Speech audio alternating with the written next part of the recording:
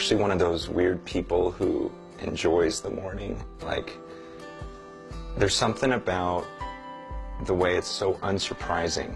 Like, the moment I leave the house, I have no idea what's going to happen, but every morning has this simplicity, this routine, this consistency about it.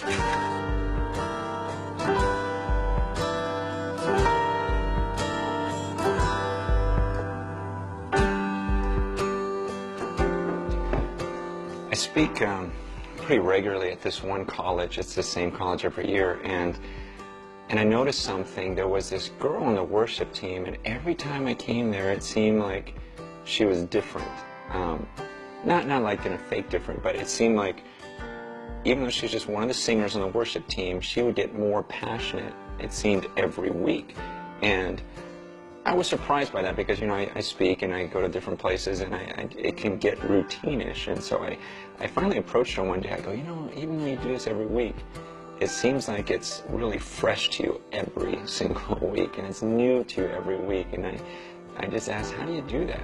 And she said something really interesting. She goes, when I have like a great time with the Lord and worship, I never say, God, give me what I experienced last week. Duplicate what you do it again, what you did last week. She goes, instead, I say to him, God, you are a creator, and would you create something new in my worship experience with you? Would you give me a whole new perspective of you this time when I worship? And I thought, wow, that is so cool. I never thought of that aspect of God being a creator and wanting to create something new. And I thought, why don't I do that even when I pray, even when I have times alone with the Lord? Why don't I just pray and say, God, this time when I pray to you, this time when I spend time alone with you, I want us to be more intimate than ever before. Would you create a whole new experience with you? Would you expand my understanding of you? And it's pretty interesting. If we were to really do that and focus and put that type of effort into it, I just think, what would our relationships with God be like at the end of our lives?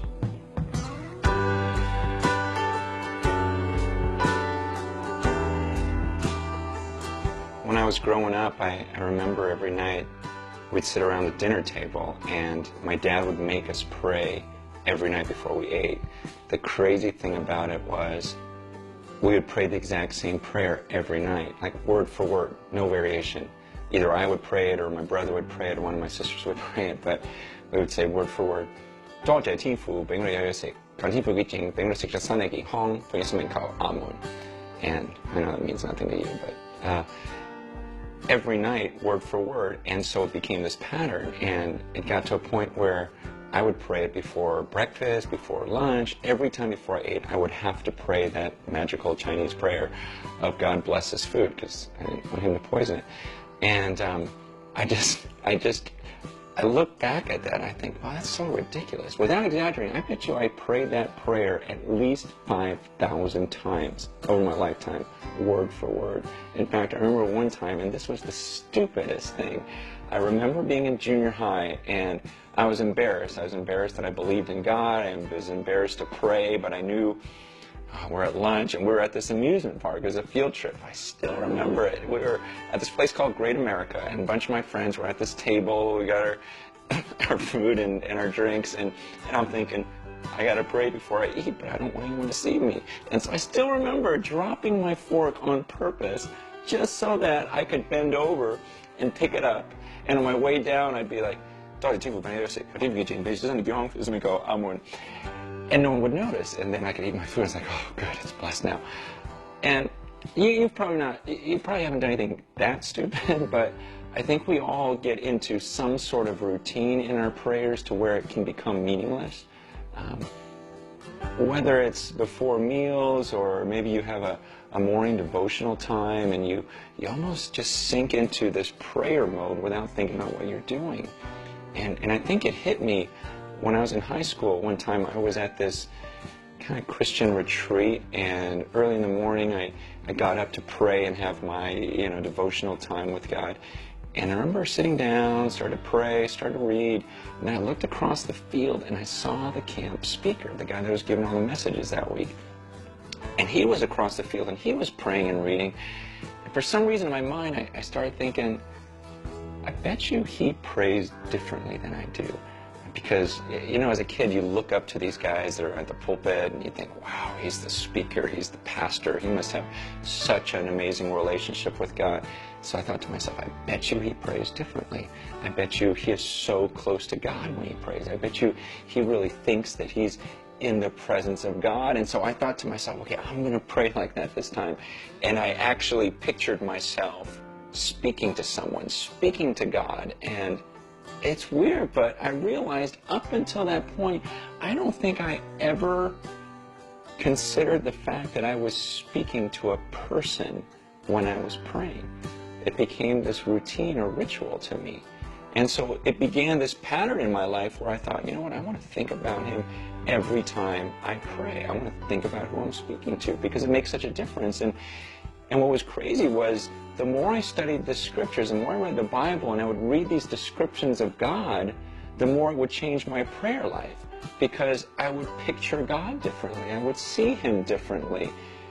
It's like I remember when I first studied Revelation chapter 4, I read John's description of God, of what it was like when he was in heaven. And he talks about how he saw this being sitting on this throne, but he said he's not like a normal flesh and blood person. He's like diamonds and rubies, and he's glowing, and there's lightning, and there's fire, and there's thunder, and there's 100 million angels, and so it was such a massive picture of God that after reading that passage, I remember closing my eyes and thinking, okay, I'm about to approach him. I'm about to come before him and speak to him. And so I closed my eyes and I picture this being who's sitting on the throne, and he's glowing with diamonds and rubies, and he's this unapproachable light, and there's lightning, thunder, fire, and angels all around. And then I pictured myself coming before that being and speaking to him. And it was like I didn't even know what to say, and these words came out of my mouth. Like, it's such an honor to come into your presence. And I just, ever since that day that I read that passage and prayed, I thought to myself, I would never have said those words if I didn't take that 30 seconds to think about him. And I want you to consider, I mean, what would be the first words, literally, the first words out of your mouth the moment you saw God in all of his glory? What would come out of your mouth? See, and that's what should come out of our mouths when we pray. Because what we're doing is we're coming before that God and speaking to him. In your discussion group, talk about what you think would come out of your mouth the moment you saw God. Like, what would be the first words you would say if you literally saw him? And also, after reading chapter 1, hopefully your relationship with God was different this week, that your prayer life was different this week. Talk about that. Talk about how it was different, or maybe if your relationship with God wasn't different enough, then talk about how you'd love to see it change.